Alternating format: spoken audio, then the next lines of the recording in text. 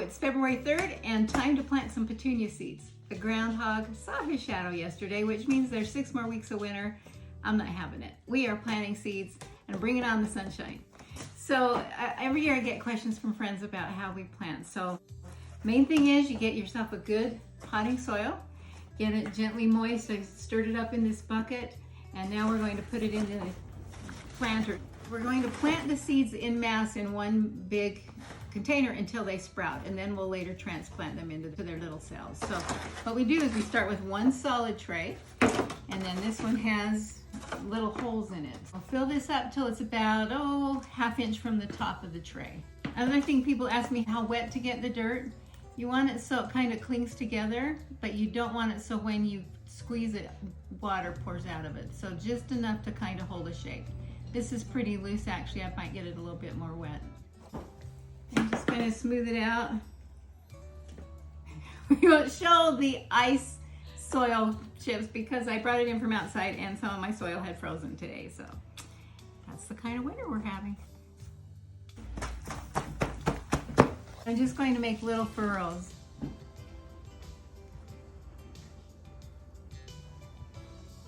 Petunia seeds are teeny tiny little particles of dust almost.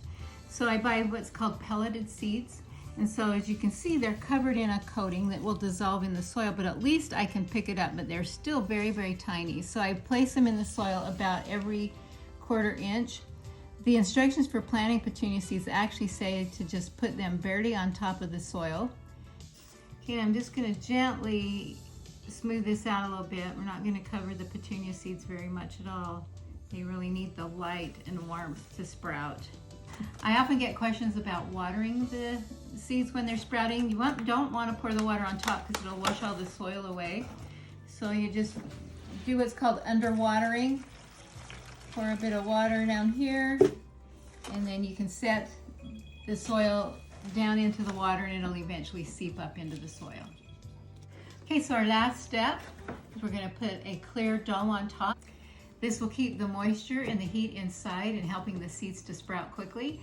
We're gonna go place them under 2 fluorescent lights and let it work its magic. Okay, so we're gonna adjust the light so it rests right on top of this dome. So you can see how it's a little bit too low.